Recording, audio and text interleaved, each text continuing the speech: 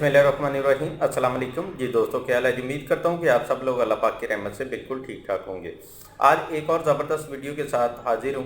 आज की इस वीडियो में मैं आपको ये बताऊँगा कि रोज़े की हालत में ताकत और एनर्जी आप कैसे हासिल कर सकते हैं, और वो भी ऐसी एनर्जी जिससे किसी किस्म का कोई साइड इफ़ेक्ट भी ना हो, नुकसान ना हो किसी किस्म का भी। ठीक है, तो अक्सर लोग जो है वो क्या करते हैं, अफ्तारी में खजूर का इस्तेमाल करते हैं, खजूरें खाते हैं, और जिसकी वजह से उनको गर्मी हो जाती है।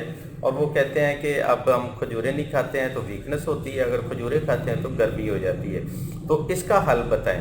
तो आज मैं आपको इसका हल बताने वाला हूँ। तो इसका हल ये है कि आपने करना क्या है जी, 1 गिलास पानी लेना है, उसमें आपने 4-5 खजूरें, जितनी आप खाते हैं, 7 से ज़्यादा नहीं, 5, 4, 7 जितनी आप आसानी से खा सकें, इतनी खजूरें लेनी है। उनको कट करके उनका बीज निकाल के आपने पानी में भिगो देनी है। और ये पानी आपने लेना है 1 कप ले लें, ठीक है, या इससे थोड़ा कम ले लें या थोड़ा ज़्यादा ले लें, मसला नहीं है।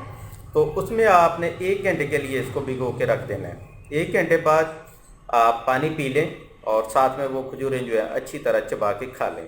तो इंशाल्लाह इससे आपको किसी किस्म की कोई गर्मी नहीं होगी, ताकत मिलेगी, एनर्जी मिलेगी, और आप सारा दिन बिल्कुल एक्टिव रहेंगे। ठीक है, तो किसी किस्म की आपको थकावट महसूस नहीं होगी। तो ये रोज़े की हालत में आप करेंगे तो इंशाल्लाह आपको बहुत अच्छा रिज़ल्ट मिलेगा। आम रूटीन में भी आप इसको इस्तेमाल कर सकते हैं। वो लोग जिनको खजूर गर्मी करती हो वो खजूर को पानी में भिगो के इस्तेमाल करें, तो इंशाल्लाह आपको ये गर्मी नहीं करेगी और अच्छा रिज़ल्ट मिलेगा।